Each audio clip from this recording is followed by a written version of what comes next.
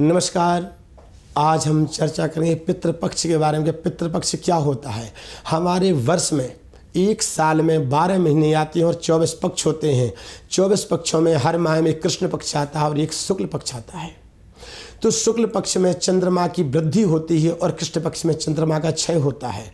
तमाम बड़े बड़े अनुष्ठान सिद्धि प्राप्ति के लिए ज़्यादातर हमारे सनातनी वैदिक पद्धति से जुड़े हुए लोग शुक्ल पक्ष को उत्तम पक्ष मानते हैं और कृष्ण पक्ष में ग्रह कमजोर होते हैं उस पक्ष को उत्तम नहीं मानते हैं। तो चलिए चर्चा करते हैं कि अगर पितृपक्ष में आकर साल में पितृपक्ष कब आता है और क्यों आता है और किस लिए आता है, तो इसके बारे में जानकारी आपको प्राप्त कराएंगे कि हमारे साल में 12 माह होते हैं जिसमें कुमार मास आता है, इसे आश्विन कहते हैं। आश्विन मास का जो प्रथम पक्ष होता है वह कृष्ण पक्ष होता है और कृष्ण पक्ष की प्रतिपदा से लेकर के अमावस्या तक हमारा श्राद्ध पक्ष चलता है। श्राद्ध पक्षों में क्या क्या करना चाहिए और साथ ही ये क्यों आता है, तो आपको बता दें कि हमारे मृत्यु लोक में नाना प्रकार के जीव हैं, जलचर हैं, थलचर हैं, नवचर हैं, नाना प्रकार के जीव जंतु हैं। 84 लाख योनियाँ, उसमें हमारी मनुष्य योनि सबसे प्रधान योनि है और मनुष्य योनि में भी लोग अधिकांश देखा जाता है कि लोगों के घरों में अकाल मृत्यु होती है।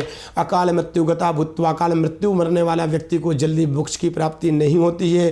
वो लंबे समय तक प्रेत आत्मा के रूप में मृत्यु लोक में भ्रमण करता है और उसे नरक के द्वार में खड़ा कर दिया जाता है। तो उसको मोक्ष की प्राप्ति के लिए जब पितृपक्ष आता है तो गरुड़ पुराण में वर्णन आता है कि यदि पितृपक्ष में सभी पितरों को भगवान के यमराज के द्वारा उन्हें छोड़ दिया जाता है कि मृत्यु लोक में जाइए और अपने अपने कुल में जो आपके वंशज उनके द्वारा आप जलपान कीजिए, खाद्य पदार्थ खाइए, 15 दिन में आप जितना ज़्यादा खा पी सकते जाइए और इस तरीके की उन्हें शुभाशीर्वाद देकर के मृत्यु लोक में भेजा जाता है। और जब वो मृत्यु लोक में आते तो हमसे उपेक्षा करते कि हमारे वंशज हमें अच्छा अच्छा भोजन कराएंगे, हमारे निमित्त पूजा पाठ करेंगे, दान पुण्य करेंगे, महामृत्युंजय कराएंगे, भागवत कराएंगे, ऐसे नाना प्रकार के अनुष्ठान कर सकते हैं जो पूर्वजों की मोक्ष की प्राप्ति से संबंधित है। ऐसे अनुष्ठान पितृपक्ष में विशेष महत्व माना जाता है और विशेष फल की प्राप्ति होती है। तो जब वो मृत्यु लोक में आते हैं तो उनके लिए हम उनके निमित्त ब्राह्मण को भोजन कराते हैं, गाय को भोजन कराते हैं, कुत्ते को भोजन कराते हैं, यज्ञी को भोजन कराते हैं, कौए को भोजन कराते हैं और साथ में पितरों के लिए भी भोजन निकालते हैं और साथ में पितरों को हम तर्पण देते हैं, पितरों को जल देते हैं।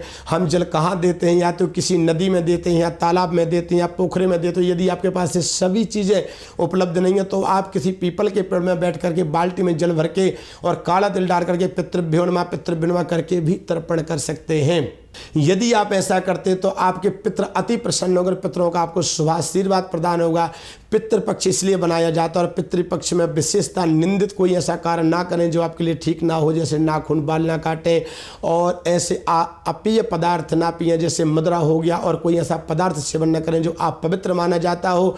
और ऐसे अगर आप पूरे परिवार के साथ में पितरों की आराधना करते और पितरों के लिए दान पुण्य करते तो आपके जीवन में आने वाली संतान, आने वाला वंश काफ़ी वृद्धि करेगा और इसकी प्राप्ति पाएगा। और ऐसी विशेष जानकारियों के लिए बराबर आप हमारे ABNN न्यूज़ चैनल से जुड़े रहिए। तमाम जानकारियां प्राप्त करने के लिए आप सभी को बहुत बहुत नमस्कार।